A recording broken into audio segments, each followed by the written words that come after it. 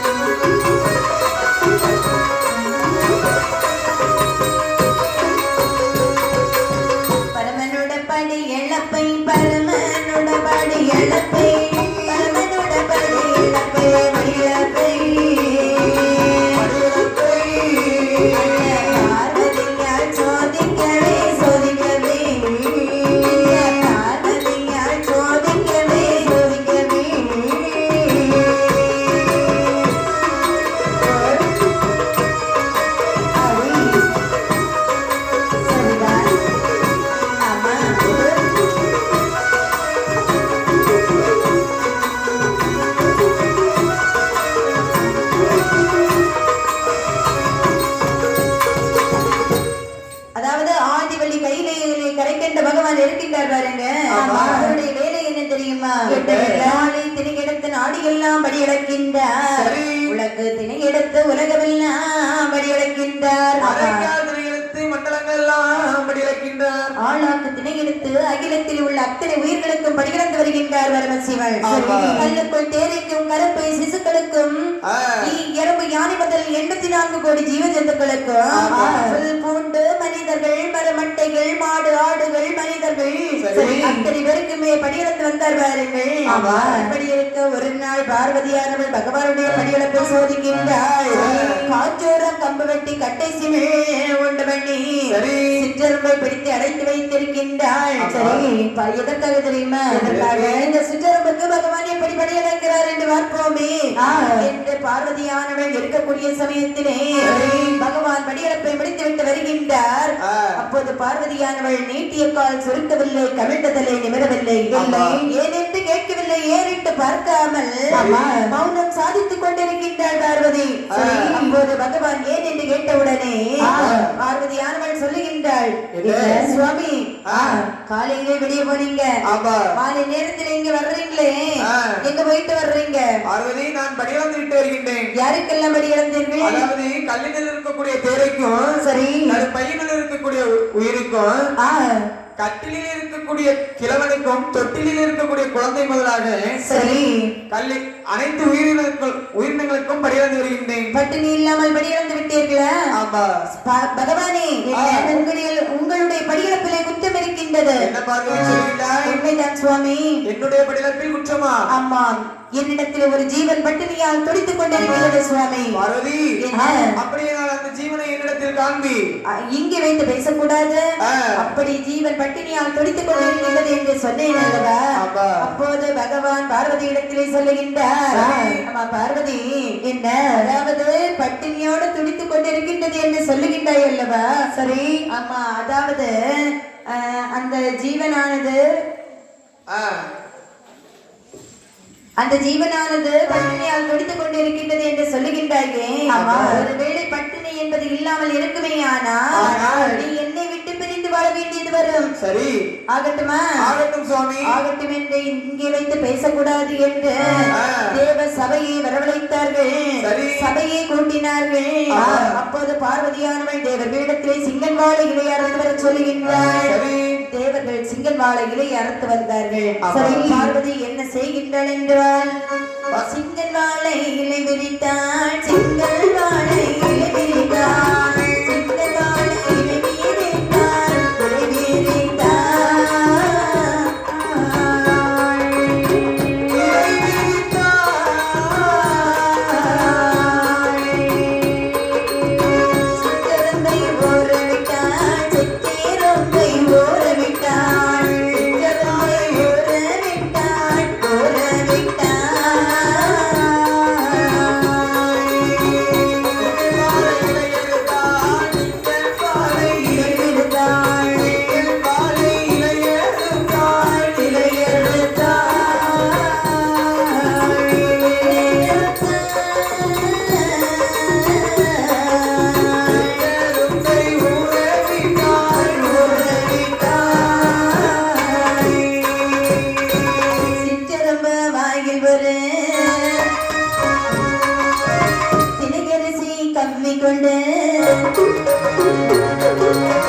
சுற்றி சுற்றி வருகுதல்லோ, சுற்றி சுற்றி வருகுதல்லோ, சுற்றி சுற்றி வருகுதல்லோ, வருகுதல்லோ.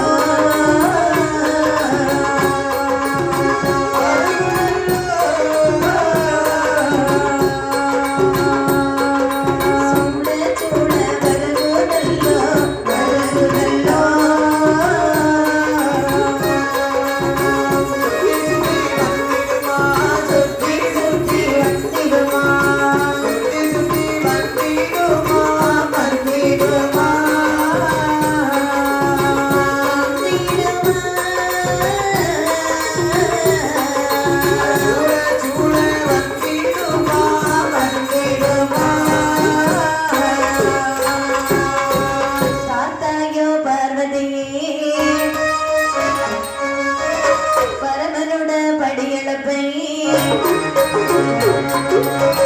பார்த்தாயோ பார்வதியே, பார்த்தாயோ பார்வதியே, பார்த்தாயோ பார்வதியே, பார்வதியே.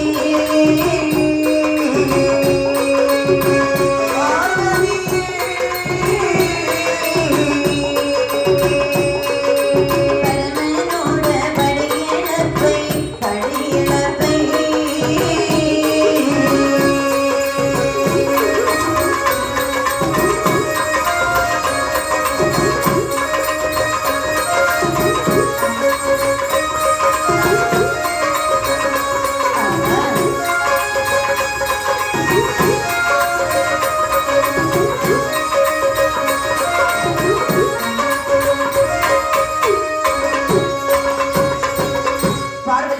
சிங்கன் வாழை இலை விரித்தாள்.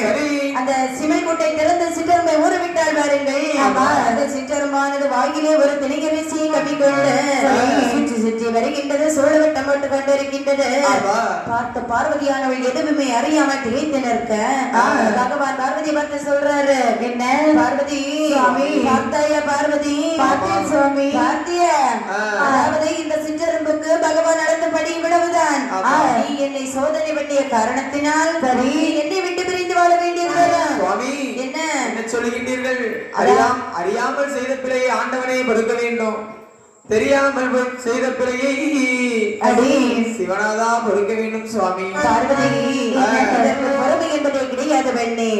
அதாவது உனக்கு இப்போது நான் என்ன தண்டனை தர போகின்றேன் தெரியுமா? என்ன தண்டனை? பட கைலாசத்திலே அதாவது மண்ணினால் ஒரு சிவலிங்க பீடம் ஒன்று செய்து சிவலிங்கமானது சமைந்து என்னை நினைத்து 12 வருடமாக நீ பார தவமானது உரித்தாயே. ஆனால் நீ செய்த பாவமானது கொஞ்சம் கொஞ்சமாக விலகும் என்று சொன்னவனே ஆகட்டும் என்ற வார்த்தை கேட்ட பார்வதியானவள் கைலாசத்திற்கு வருகின்றாள். வந்தவள் என்ன செய்கின்றாள் என்று பார்த்தால் ஆக்கி நல்ல மணல் எடுத்து மணல் எடுத்து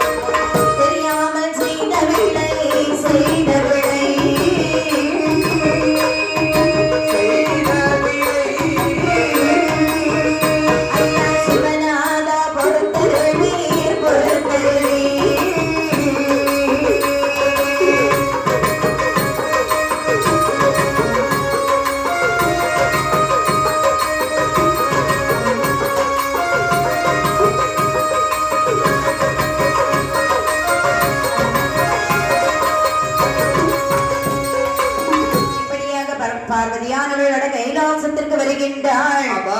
ஆக்கி நல்ல மணல் எடுத்து அரணாரை போல் உருவம் செய்தாள். சேட்டு நல்ல மண்ணெடுத்து சிவனாரை போல் உருவம் செய்தாள். ஆமாம், ஆண்டவனை நினைத்து அறியாமல் செய்த குற்றத்தை ஆதி சிவா பொறுக்க வேண்டும். ஆமா. தெரியாமல் செய்த பிழையை சிவனாதா பொறுக்க வேண்டும் என்று சரி. நான் செய்த குற்றத்தை மன்னித்தருளுங்கள் சிவபெருமானே என்று இந்த பார்வதியானவள் 12 வருடமாக பாரத்தவமானது புரிந்து வருகின்றாள். ஆமா. இப்படி தவமானது புரிந்து வந்தாள் பாருங்கள். சரி. இப்படி தவம் செய்ய செய்ய பார்வதியம்மா செய்த பாவம் கொஞ்சம் கொஞ்சமாக விலகியது. ஆமா. 12 வருடம் முடிந்தது. சரி. ஆமா, பார்வதி செய்த பாவம் தீர்ந்தது. ஆமா, கைலாசத்திற்கு பகவான் பார்வதி அழைத்துக் கொண்டு கைலாசத்தில் வந்திருக்கிறாங்க. ஆமா. சரி, இப்படி சந்தோஷமாக இருக்கக்கூடிய சமயத்திலே சரி. இப்படி இருக்கும்போது பார்வதி அம்மா பகவானை பார்த்து சொல்லுகின்றாள். என்ன சொல்கின்றாள்? சுவாமி, என்னம்மா பூலோகத்தை பார்த்தீங்களா சுவாமி? பார்த்தேன், பூலோகத்திலே கலியானது முத்தி விட்டது. எதி முட்டையிடக்கூடிய காலம் வந்துடுச்சு. தர்மம் நிலைகெட்டு விட்டது, அதர்மம் தலை தோங்கி கொண்டிருக்கின்றது. கொள்ளை கொள்ளை வஞ்சனை சூனியம் வாது சூது இவையெல்லாம் மூளை நெடுக்கெல்லாம் தலைவிரித்து ஆடிக்கொண்டிருக்கின்றது. ஆகையினாலே அந்த அதர்மத்தை அழித்து தர்மத்தை நிலைநாட்ட வேண்டும். என்ன செய்யணும்? அப்படி நிலைநாட்ட வேண்டுமையானால் பல்மை மிகுந்த ஒரு வீரனை பிறவி செய்ய வேண்டும். அது யாரு தெரியுமா?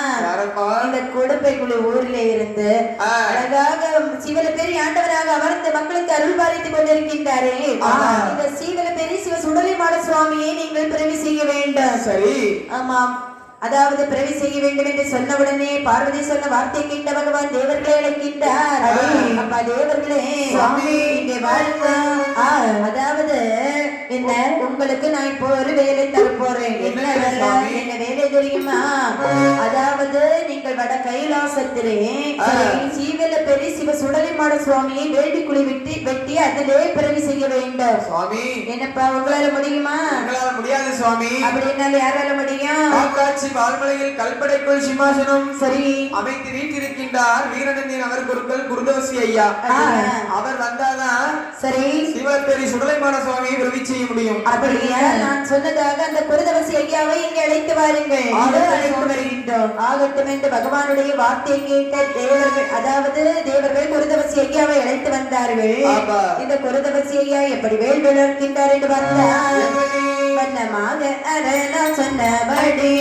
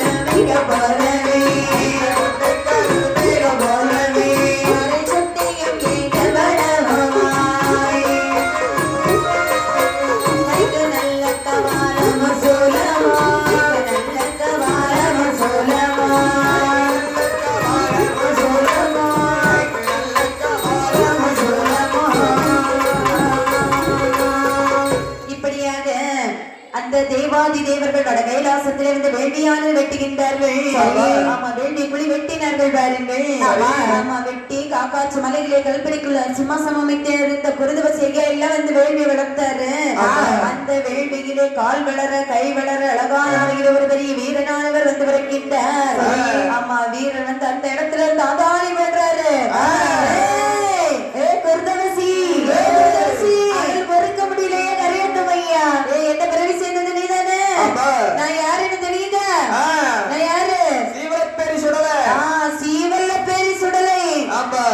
என்ன பேரை சொல்லி கரையிலே கூப்பிடு.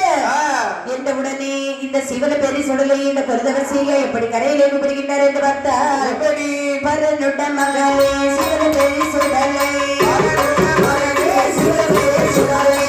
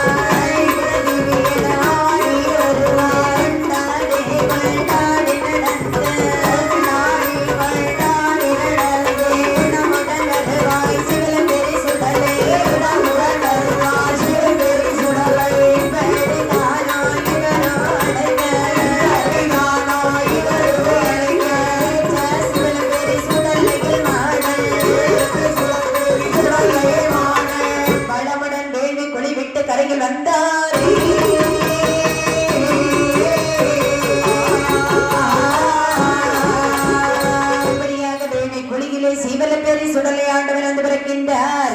பிறந்த சுடலை, அதாவது சிவலப்பேரி சுடலை ஆண்டவனே இந்த குருதவசி ஐயா சிவபெருமானிட்டே அழைத்து வருகின்றார். அழைத்து வந்த உடனே சிவனை பார்த்து கேட்கின்றார் சிவலப்பேரி ஆண்டவன், என்னை எதற்காக பிறவி செய்தீர்கள் சுவாமி? அரே சிவலப்பேரி சுடலை, அதாவது பூலோகத்தில் கல்யாணம் முத்திவிட்டது. சரி, ஆகவே நீ பூலோகத்தில் சென்று அந்த கலி கொடுமைகளை அழித்து வருவாயாக. பிறவி செய்தேன்.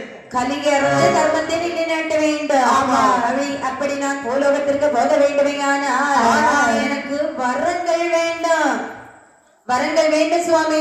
வரங்கள் தருகிறேன் மகனே. அது மட்டுமல்லாமல் எனக்கு வெளிகள் வேண்டும். ஆடு கோழி கிணறு எல்லாம் எனக்கு வெளி தந்தால்தான் நான் கைலாசத்தை விட்டு பூலோகத்திற்கு போவேன் என்று சொன்ன உடனே சரி இந்த பகவான் தேவர்களை அழைத்து சொல்றாரு.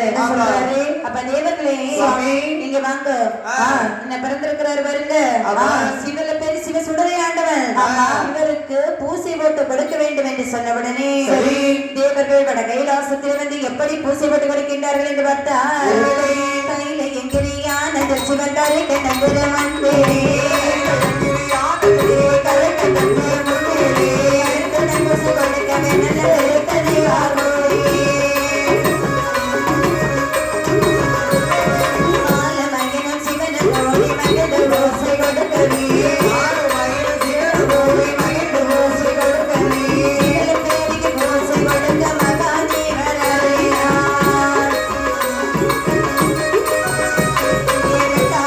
பொட்டல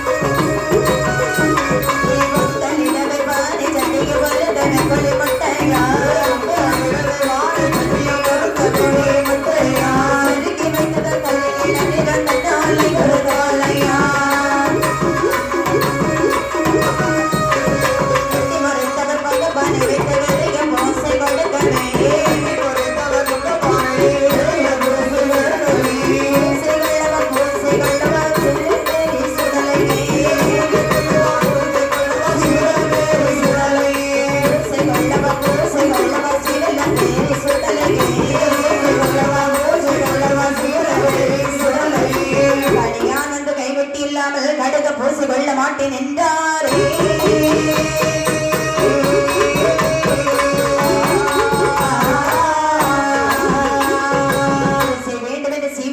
சிவசுடலேசன் கேட்டவுடனே தேவர்கள் வட கைலாசத்தில் வந்து பூசி போட்டு கொடுக்கின்றார்கள். பூப்பொறி பச்சரி பொங்கப்பானை அதாவது கும்பகூடம் எல்லாமே வைத்தார்கள். வாழை குலை எல்லாம் வைத்தார்கள். இந்த பூசி போட்டு கொடுத்தார்கள். அந்த பூசி எனக்கு வேண்டாம். நாக்கு விட்டு நரவலி விட்டு முங்கி விட்டு முழங்க விட்டு பட்ட கனியாட்டு ஒத்த முரசு எல்லாமே வேண்டும் என்று கேட்டவுடனே பகவான் என்ன செய்வது என்று யோசனை பண்ணி கொண்டிருக்க உலகத்திலே கேளு ரம்பை என்ற 2 பெண்கள் நாட்டியம் ஆடிக்கொண்டிருக்கின்றார்கள். அவர்களுடைய காலிலே இருந்த கெச்சமானது அச்சு பகவானுடைய பாதத்திலே வந்து விழுந்தது பாருங்கள்.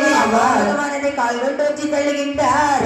அது கடியார் பாறை என்று சொல்லக்கூடிய பாறையிலே போய் விழுந்து பாறை 2ஆக விழுந்தது. அதுல 2 கனியான்மார்கள் வந்து விழுந்தார்கள். ஒரு தோளில் மகுடம் இன்னொரு தோளிலே பேய்முகம் நாக்கு விட்டும் கருவி நரபலி கேட்ட கருவி இப்படிப்பட்ட கருவிகளோடு வந்து பிறந்தார்கள் வாருங்கள்.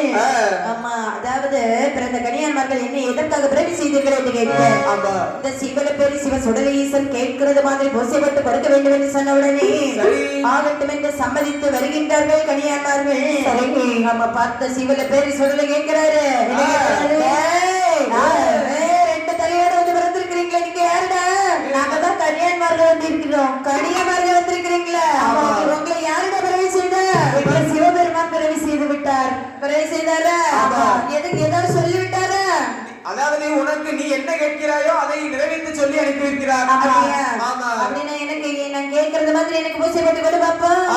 எப்படி தெரியுமா சொல்லி பூசை கொடுக்க வேண்டாம்? எப்படி? தித்தி திமி தோ திமி சொல்லு பாப்பா. தித்தி திமி தோ தித்தி தித்தி சித்தின்னு சொல்லிட்டு இருக்கிற ஒழுங்கா சொல்லுப்பா. தித்தி திமி தோ திமி சொல்லு பாப்பா. தித்தி திமி தோ சித்தி தித்தி திமி தோ திமி தித்தி என்னவே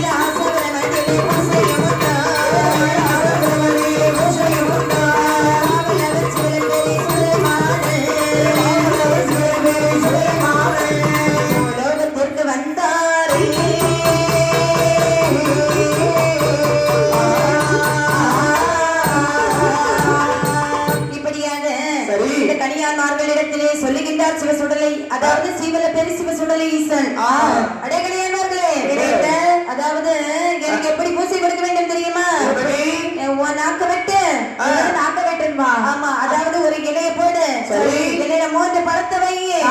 3 பழம் தூக்கி உன்னுடைய நாக்கு வெட்டி ரத்தத்தை போடு. போட்டுட்டியா?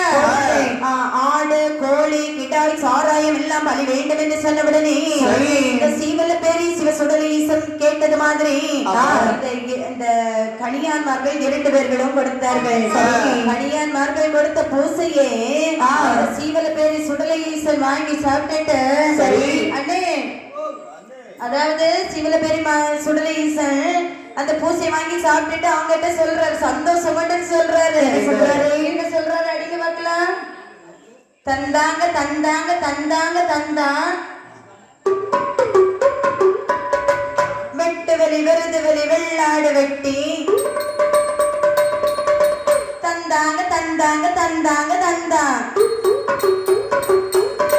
தந்தாங்க தந்தாங்க தந்தாங்க தந்தான் வெட்டு வெளி வெறுது வெளி வெள்ளாடு வெட்டி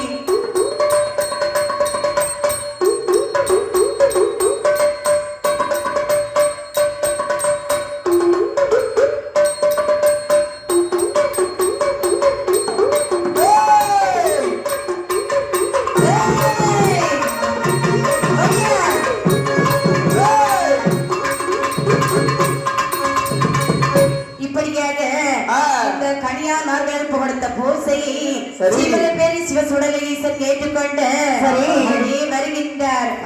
ஆமா, முதல்ல எங்க வர்றாரு?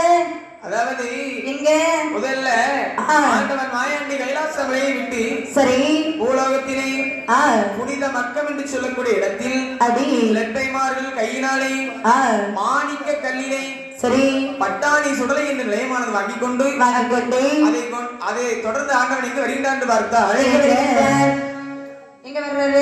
சிவலப்பேரிக்கு வருகின்றார். ஆமாம், சிவலப்பேரியிலே வருகின்றார் சிவசுடலை ஈசன்.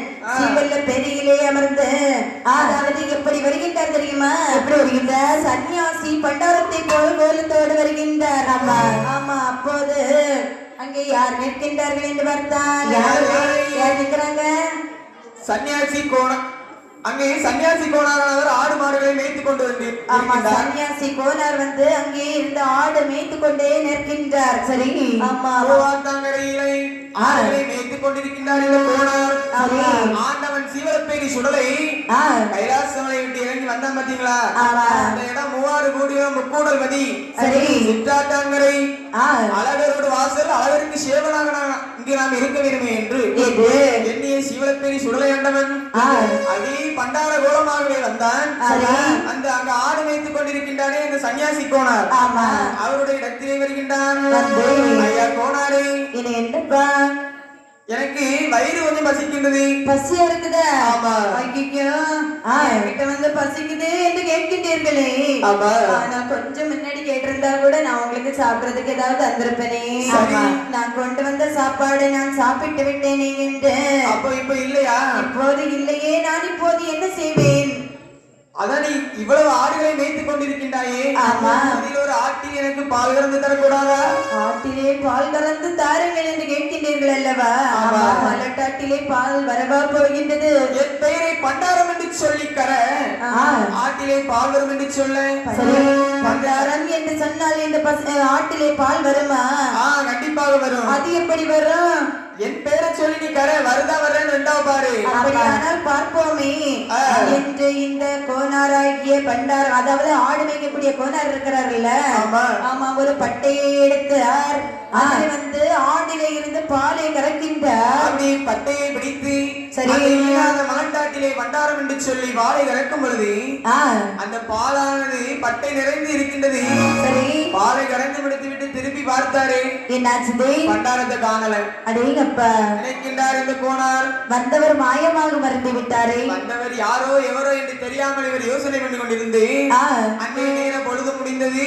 சரி ஆடுகளை வீட்டிற்கு நிறை சாய்க்க பத்தி கொண்டு செல்கின்றார். ஆமா, அன்று இரவு நித்திரையிலே பண்டாரத்தின் கனவிலே ஆண்டவன் மாயாண்டி சுடலை சரி வந்து சொல்லுகின்றான். என்ன சொல்லுகின்றார்? ஏ கோனார, என்ன நான் வந்திருக்கிறது நீர் யாரும் நினைக்காண்டாம். நான் தான் சிவலப்பேரி சுடலையா? ஆமா. இந்த இடத்திலே அந்த இடத்திலே அழகாக ஒரு சிவலிங்கமாக நான் காட்சியளிப்பேன். அந்த இடத்தில் நீர் எனக்கு நிலையமானது கொண்டு தர வேண்டும். சரியா? அப்படி என்று சொல்லி கனவு கண்டு மறைந்தார். மறுநாள் காலையிலே இருந்து இந்த கோனாரானவர் சென்று பார்க்கும் பொழுது அதில் சிவலிங்கமாக காட்சியளிக்கின்றது. நினைக்கின்றார் இந்த கோனார். என்ன நினைக்கின்றார்? ஊரவர்களிடம் எல்லாம் சொல்லுகின்றார். அப்பொழுது இந்த கோனார் சொல்லும் பொழுது இவருக்கு வயதானது 14 வயது தான் ஆகின்றது. சரியா? இந்த சின்ன பையன் சொல்லி நம்ம நம்புவோமா? அதானே.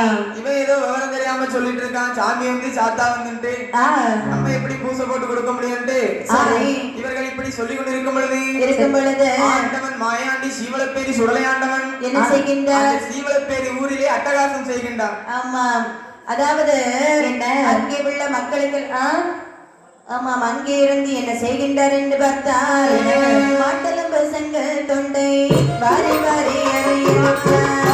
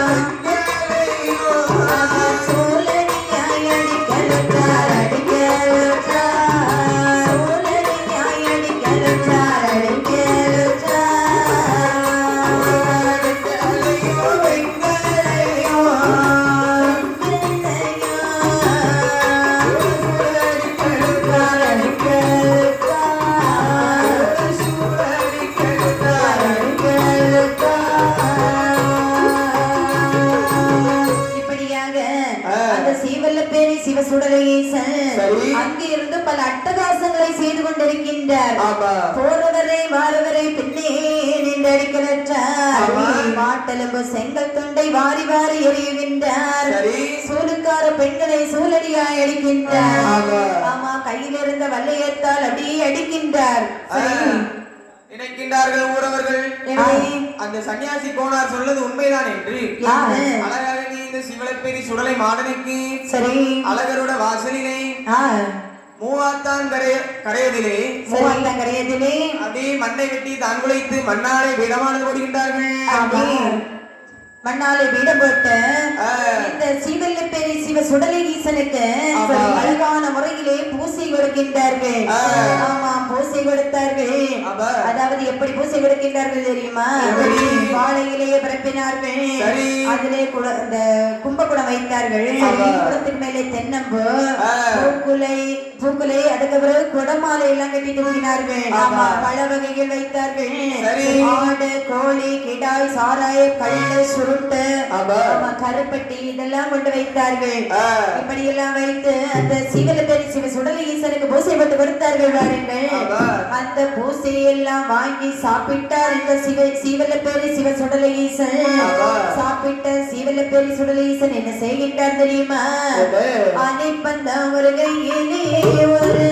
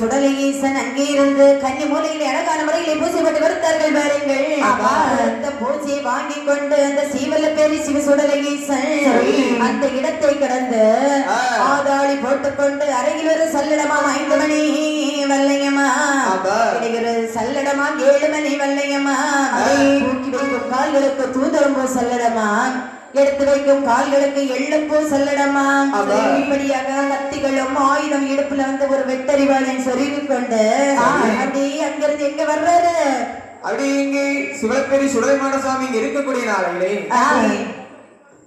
இப்படி வரக்கூடிய சமயத்திலே இடுகாடு சுடுகாடு அங்கே வந்து பல லீலைகளை எல்லாம் செய்கின்றார் அங்கே வந்து அங்கே உள்ள பிணக்களை எல்லாம் எப்படி சாப்பிடுகின்றார் என்று பார்த்தால் ஆமாம் அங்கே பல லீலைகளை எல்லாம் செய்து கொண்டு அங்கே பிணங்கள் எல்லாம் அடுக்கடுக்காக வெந்து கொண்டிருந்தது பாருங்கள் அந்த பிணத்தை எல்லாம் எப்படி சாப்பிடுகின்றார் என்று பார்த்தால் மண்டி போட்டு இருந்து கொண்டு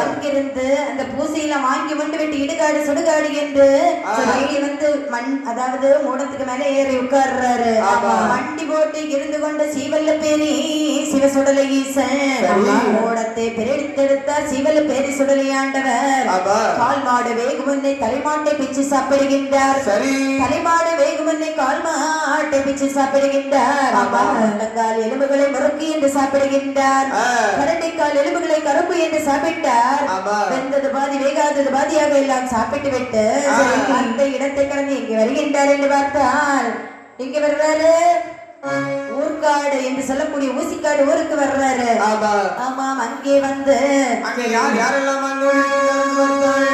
வாழ்ந்து வர்றாங்க 3 துறைமார்கள் இருக்கின்றார்கள் கோட்டிலிங்க துறை சிவராமத்துறை சேதுபதி துறை என்று சொல்லி 3 துறைமார்கள் அழகாகவே இருக்கின்றார்கள் ஆமா அவர்களுக்கு என்ன சொத்து என்று வருத்தமானால் 1 கோட்ட வளப்பாடு இருக்கின்றது அதேங்கப்பா அவ்வளவு இடத்தையும் நஞ்சை நட்டு அவங்க என்ன செய்தாங்கன்னா நஞ்சை புஞ்சை பயிர்களை எல்லாம் நட்டிருந்தார்கள் ஆமாம் இப்படியாக பக்குவமாக வளர்த்து வரக்கூடிய சமயத்திலே அதாவது நெல் விதப்பாடு விதைக்கிறாங்க ஆமாம் நெல் பயிரிட்டார்கள் பாருங்கள் பயிரிட்டு அழகாக வளர்த்து வரக்கூடிய சமயத்திலே நெல்லை அறுவடையானது செய்கின்றார்கள் ஆமா அறுவடை செய்த நெற்களை ராமா லட்சுமணா என்று சொல்லக்கூடிய 2 களஞ்சியத்தில் வைத்து அடைத்து பாதுகாத்து வருகின்றார்கள் அந்த களஞ்சியத்திற்கு காவலாகவே இருக்கின்றார்கள் நாமோ பெரிய துறைமார்கள் அல்லவா நாமல் போய் காவல் காக்க முடியுமா ஆகவே இதற்கு காவலுக்கு நம்ம ஊர்ல ஆள் இருக்காங்க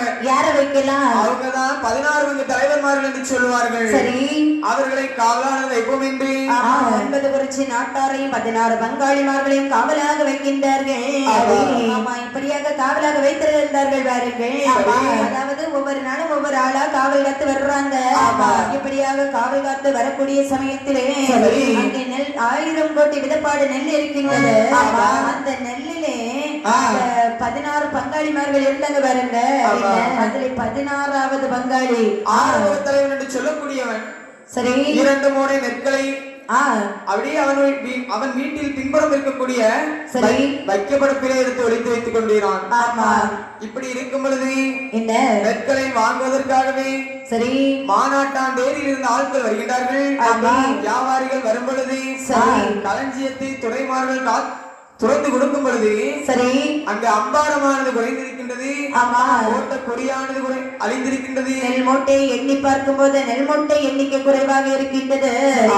ஆமா இப்படி குறைவாக இருக்கக்கூடிய சமயத்திலேயே துறைமார்கள் என்ன நினைக்கிறாங்க, அதாவது இந்த களஞ்சியத்தை காவல் வச்சது நம்ம யார 16 பங்கு தலைவன்மார்கள்.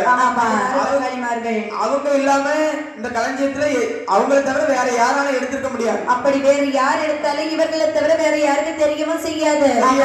ஆமா ஆகவே அவர்களை சென்று பார்க்கும் பொழுது ஆமா இடத்துல சென்று கேட்கும் போது அவர்கள் என்ன சொல்லுகின்றார்கள், ஐயா பங்காளிமார்களே அதுல இருந்து நெல் விதைப்பாடு குறைஞ்சிருக்குது, நீங்க எடுத்தீங்களா? நீங்க காணவே இல்லையா? ஐயா நீங்க எடுத்தீங்களா? நீங்க எடுத்தீங்களா? யாருமே எடுக்கல. ஆமா ஆமா எல்லோருமே எடுக்கவில்லை என்று சொன்ன உடனே சொல்லுகின்றார்கள் இந்த துறைமார்கள் என்ன கீழ்நாடுபதி கீழ்பதி ராட்சியம் சரி மூவாத்தாங்கரையிலே அபி வீரத்துடனே அமர்ந்திருக்கின்றான் சீவலப்பேரி சுடலை. அவனிடத்தில் வந்து சத்தியபிரமாணமான செய்து தந்தால் மட்டுமே ஆமா அப்படி என்று இந்த 16 தலைவன்மார்களும் 16 வண்டியானது கட்டுகின்றார்கள். இந்த 3 துறைமார்களும் ஒரு வண்டியிலே வந்து 17 வண்டிகளாகவே இந்த வண்டி ஊர்காடிலிருந்து சிவலப்பேரி வருகின்றார்கள். வண்டியிலே யார் அடித்துக் கொண்டு வருகின்றார் தெரியுமா? வண்டிக்கார முத்தையனார் வண்டி அடித்துக் கொண்டு வருகின்றார். அந்த வண்டியிலே யாரெல்லாம் வருகின்றார்கள் என்று பார்த்தால் 9 குறிச்சி நாட்டாரோ நாட்டாரோ 16 பங்காளியோ பங்காளியோ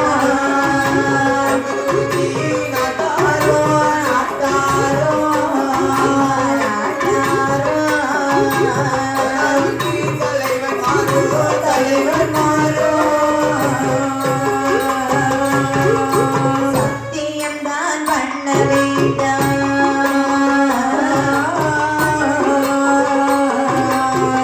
என்றவர்கள் சொல்லிடவே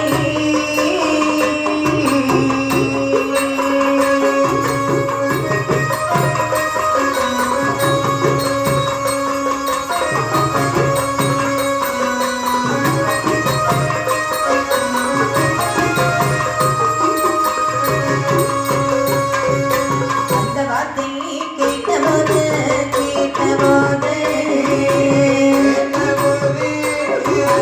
ராகத்துக்கு சம்மதித்தா சம்மதித்தா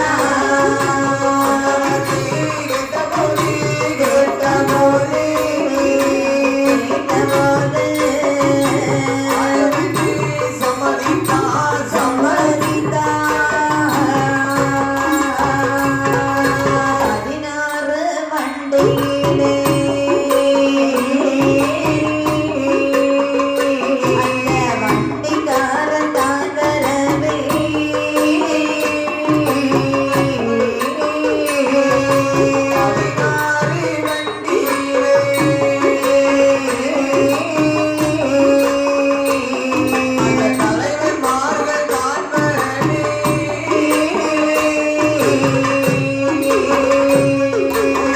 இப்படியாக அதாவது சீவல்லப்பேரியிலே குடியிருக்கின்றாரே சீவல்லப்பேரி சிவ சுடலிங்கீசன் அவர் பேரிலே சத்தியமானது செய்ய வேண்டும் என்று இந்த 9 குறிச்சி நாட்டார் 16 பங்காளிகமாக அதாவது அவங்க 3 பேரும் 3 வண்டியில வர்றாங்க.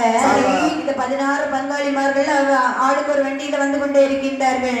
வண்டிக்கார வண்டி அடித்துக் கொண்டு வருகின்றார். இப்படியாக வரக்கூடிய சமயத்திலே வண்டியானது வருகின்றது எங்க வருகின்றது? ஆமாம் அவர்களுடைய குடும்ப சொத்து சீவலப்பேரியிலே இருக்குது. அந்த சீவலப்பேரி சிவ சுடலிங்கீசன் அதாவது அங்கிருந்து பூசி வாங்கினார் பாருங்கள். அங்கிருந்து வர்றாங்க, அது இவங்களுடைய குடும்ப சொத்து. ஆமா வந்து அங்கே சென்று சத்தியம் செய்ய வேண்டும் என்பதற்காக இவர்கள் வருகின்றார்கள். அப்படி வரக்கூடிய சமயத்திலே வந்து பூஜை செய்யக்கூடியது யாரு? சிவலப்பேரியிலே அதாவது சன்னியாசி கோனார் அந்த சன்னியாசி கோனாரை வந்து பார்க்கின்றார்கள். சரி, இந்த சீவலப்பேரி சுடலை பண்டார கோலத்தோடு பால் மலட்டாட்டிலே பால் கறந்து தர வேண்டும் என்று கேட்டார் பாருங்க சன்னியாசி கோனார். அந்த சன்னியாசி கோனாரை தான் பூஜை வைக்க வேண்டும் என்று இந்த சீவலப்பேரி சுடலை ஈசன் சொல்லி இருந்தார். அந்த வார்த்தைக்கிணங்க இந்த சன்னியாசி கோனார் சீவலப்பேரி சுடலை ஈசனுக்கு அழகான முறையிலே தினந்தோறும் பூஜையானது செய்து வந்து கொண்டிருக்கின்றார். சரி, இப்படி இருக்கக்கூடிய சமயத்திலே சிக்காட்டு ஊரிலே இருந்து எல்லோருமே வருகின்றார்கள் சத்தியம் செய்வதற்காக. அப்படி வரக்கூடிய சமயத்திலே அங்கே வாசல்ல நடையானது பொட்டி இருக்கின்றது. சரி, நடையானது பொட்டி இருந்தவுடனே சத்தியம் செய்ய வேண்டுமையானால் வாசலை திறக்க வேண்டும் அல்லவா என்று ஒரு ஆளை விட்டு அந்த சன்னியாசி கோனாரை அழைத்து வரபடியாக சொல்லுகின்றார்கள். சன்னியாசி கோனாரை அழைத்து வந்தார்கள்.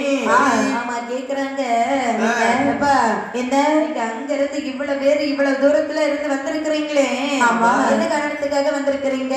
அதாவது என்ன, நாங்கள் மூவரும் அண்ணன் தம்பி. சரி, நாங்கள் நெற்பயிரானதை இட்டு அதனுடைய நெற்களை விளைந்த நெற்களை எங்களுடைய களஞ்சியத்திலே வைத்திருந்தோம். அதற்கு காவலாக என்ன இருக்காங்களா இவங்க 16 பேரை வச்சிருந்தோம். யாரு? இந்த 16 பங்கு தலைவர்மார்களை. 16 பேரும். சரி, இப்ப என்ன ஆச்சுது? நெல் மூட்டைகளை காணவில்லை. நெல் மூட்டைகள் நாங்கள் வைத்திருந்த களஞ்சியத்திலே இருந்து நெல் மூட்டைகள் குறைந்திருக்கின்றது. நாங்க இவங்க கிட்ட கேட்கும் போது இவங்க எல்லாருமே நாங்க எடுக்கலன்னு சொல்றாங்க. ஆனா இது யார் எடுத்தாங்கிறது எங்களுக்கு தெரியணும். ஆகையினாலே இந்த நமக்கெல்லாம் தலைவனாக அமர்ந்திருக்கின்றாரே சீவலப்பேரியிலே இந்த சீவலப்பேரி சிவ சுடலை ஈசன். இந்த சுடலை ஈசன் பேரிலே கற்பூரம் அடித்து சத்தியம் செய்து கொடுக்க வேண்டும். அப்படி செய்தால் மட்டும்தான் நாங்கள் நம்புவோம்.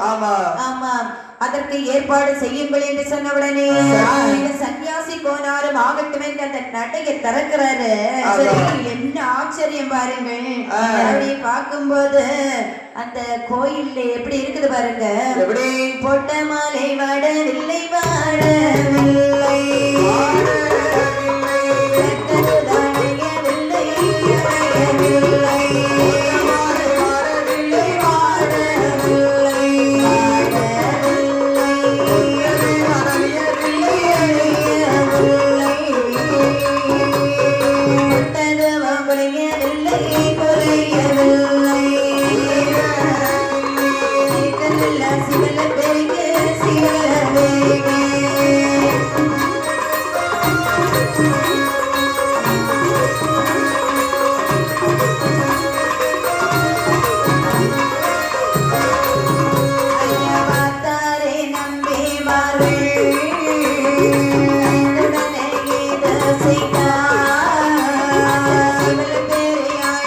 Let's go.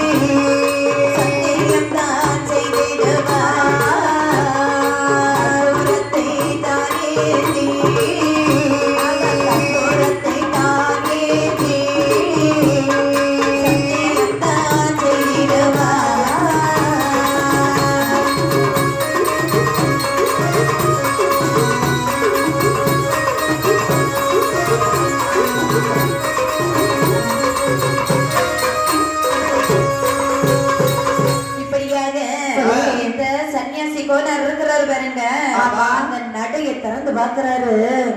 என்ன ஆச்சரியம் பாருங்கள். ஆமா. சீவல்ல பேரை சிவ சுடலை ஈசனுக்கு கழுத்திலே போட்டிருந்த மாலையானது வாடவில்லை. நெற்றியிலே இட்டிருந்த பொட்டானது அழியவில்லை. ஆமா, அதாவது இப்போ பூஜை முடித்துட்டு போகும்போது எப்படி இருக்கும் அதே போல இருக்கின்றது அந்த சிவல பேர் சிவ சுடலை ஈசனுடைய ஆலயம். ஆமா ஆமாம், இவர்கள் எல்லோருமே வந்து நிற்கிறது அவருக்கு தெரியாம இருக்குமா? ஆமா, இந்த உலகத்தையே காக்கக்கூடிய காவல் தெய்வம் அல்லவா? ஆமா, அவர் தெரிந்த பிறகா தெரியாத மாதிரி அப்படியே இருக்கிறார். புன்னகை நிறைந்த முகத்துடனே அமர்ந்திருக்கின்றார் சீவல பேரி சுடலை ஈசன். இந்த 9 உச்சி நாட்டாறு 16 பங்காளி மார்களுமாக வந்தார்கள். ஆமா, இந்த கோனார் இருக்கிறார் பாருங்க, கோனார் சன்னியாசி பண்டாரோ, அவர் என்ன செய்தாரு, ஒரு தட்டத்தை எடுத்தாரு, திருநீரை வைத்து கற்பூரத்தை வைத்து காணிக்கையிட சொல்றாங்க. 16 பங்காளிமார்களே, என்ன சுவாமி யாருமே எடுக்கலன்னு சொல்றீங்க அப்படிதானே? அப்படி என்றால் சத்தியம் செய்ய வேண்டும் என்று நீங்க எங்க வந்திருக்கிறீங்க? ஆமா, சத்தியம் செய்யணும்னு வந்தாலும் ஒரு ஆள் ஒத்தைக்கு இருந்து கடலை சாப்பிட்டு இருக்குது. இல்ல 2-3 பேர் கடலை தான் சாப்பிடுறாங்க. அப்படியா? ஆமா, களவு செய்தாலும் கடலை சாப்பிட்டு இருக்குது. அதாவது நீங்கள் இப்போது சத்தியம் செய்ய வேண்டுமே, ஆனால் முதல்ல காணிக்கை வைங்க. காணிக்கையா? ஆமா, தட்டத்திலே காணிக்கை வையுங்கள் என்று சொன்னவுடனே இந்த 16 பங்காளிமார்களுமாக காணிக்கையை எடுத்து வைத்தார்கள். காணிக்கை வைத்தார்கள். ஆமா, அப்படி நடவாசலை மாயாண்டி திறந்து கற்பூரத்தை ஏற்றுகின்றார்கள். ஆமா, கற்பூரம் ஏற்றியவுடனே இந்த 16 பங்காளிமார்களுமாக வருகின்றார்கள். ஒவ்வொருத்தர் பின்னால ஒவ்வொருத்தரா வராங்க. ஆமா, மாறி மாறி வந்து இந்த நெல் எடுக்கவில்லை, நாங்கள் எடுக்கவில்லை என்று பொறிக்க கூட நெல் எடுக்கவில்லை இந்த களஞ்சியத்தில் இருந்து என்று சொல்லி ஒருத்தருக்கு பின்னால் ஒவ்வொருத்தராக 15 பேர்கள் சத்தியம் செய்தார்கள். இந்த 16வது ஆள் ஆறுமுகத்தலைவன் இருக்கின்றான் அல்லவா? ஆமா, அவன் தான் நெல்லை எடுத்தது.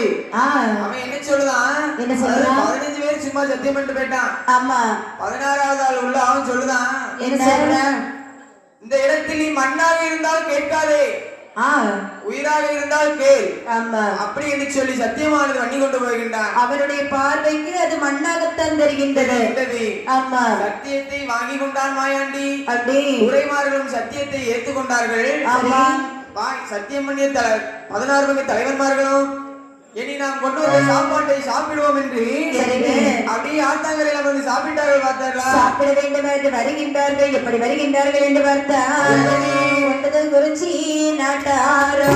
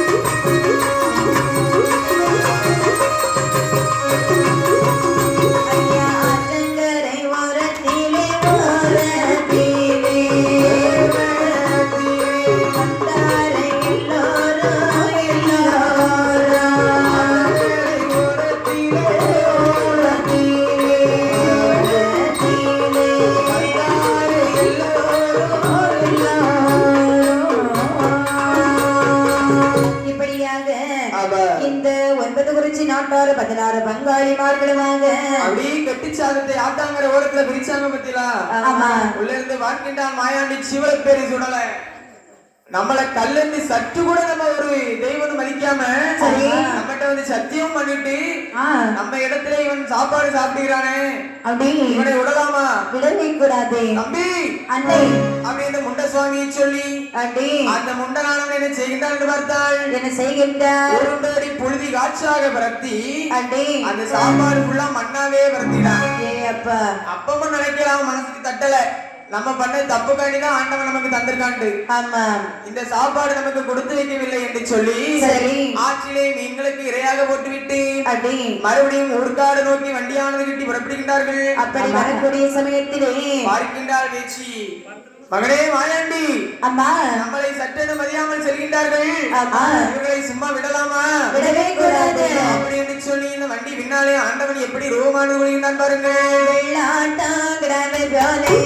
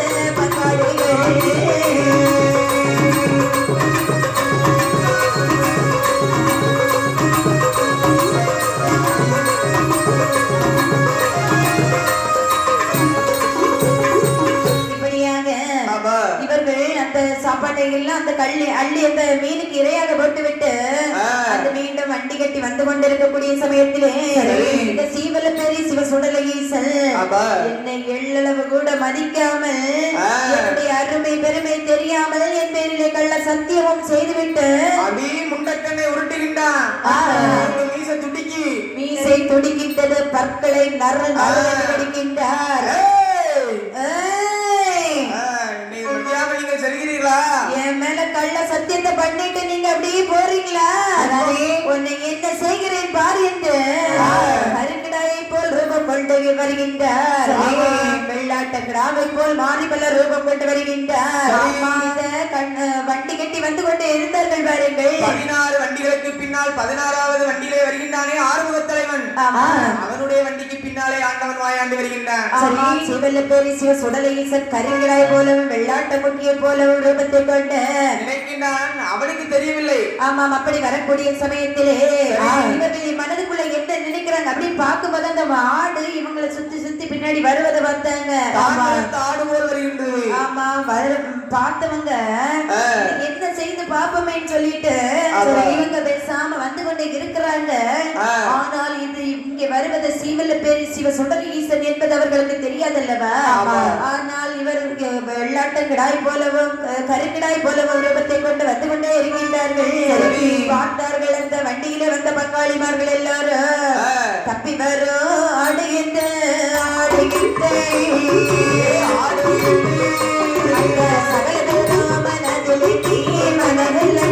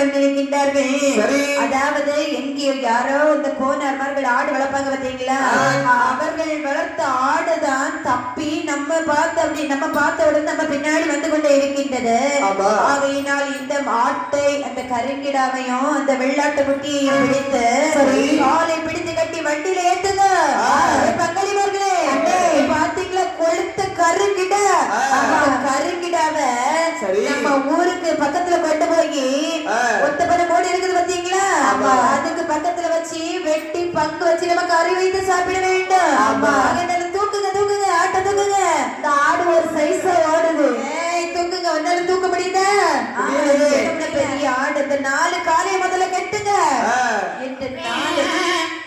சத்தம் போடக்கூடாது வாயை கட்டுங்க முதல்ல வாயை கட்டுங்க இந்த ஆட்டுக்குட்டிக்கு 4 காலையும் கட்டி நாட்டு வண்டிகளை ஏற்றினார்கள் பாருங்கள் வண்டியிலே போட்டுக்கொண்டு வருகின்றார்கள் வண்டி அடித்துக் கொண்டு இந்த வண்டியானது வருகின்றது திடுதிடுன்னு வருது சரி ஆமா வந்தவர்கள் எங்கே வருகின்றார்கள் என்று பார்த்தால் ஓசி காட்ட ஒரு தினே ஓசி காட்ட ஒரு தினே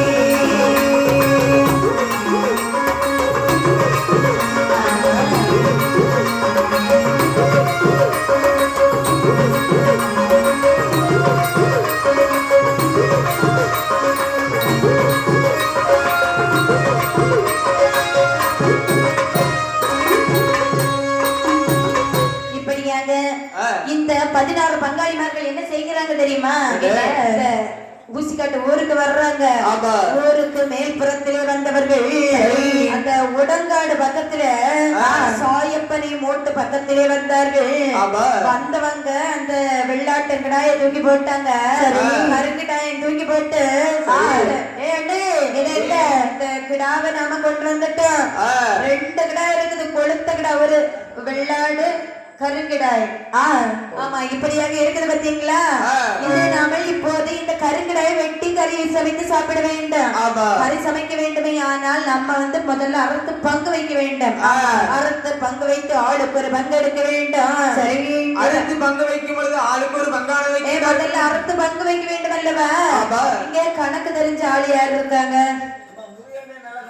அவரு பள்ளிக்கூடத்துக்கு மலைக்கு கூட ஒதுக்குதுன்னு இல்லைன்னு நான் கேள்விப்பட்டேன் ஓ அனுபவத்துல ஒரு நாள் புலி புலி ஆமா ஆகையினால அந்த முருகனனை சொல்லி இந்த பங்கு வைக்க சொல்லுவான் சரி பங்கு வைக்கிறதுக்கு ஆளு ரெடியா அறுக்க வேண்டுமே யாரா இருக்கிறது அது நம்ம அன்னை பழனி பழனின்னா அறுக்கிறதுல பெஸ்ட். ஆமா, அவர் எப்பவும் கத்தி கையுமா தான் திரியுறாரு. அப்படியா?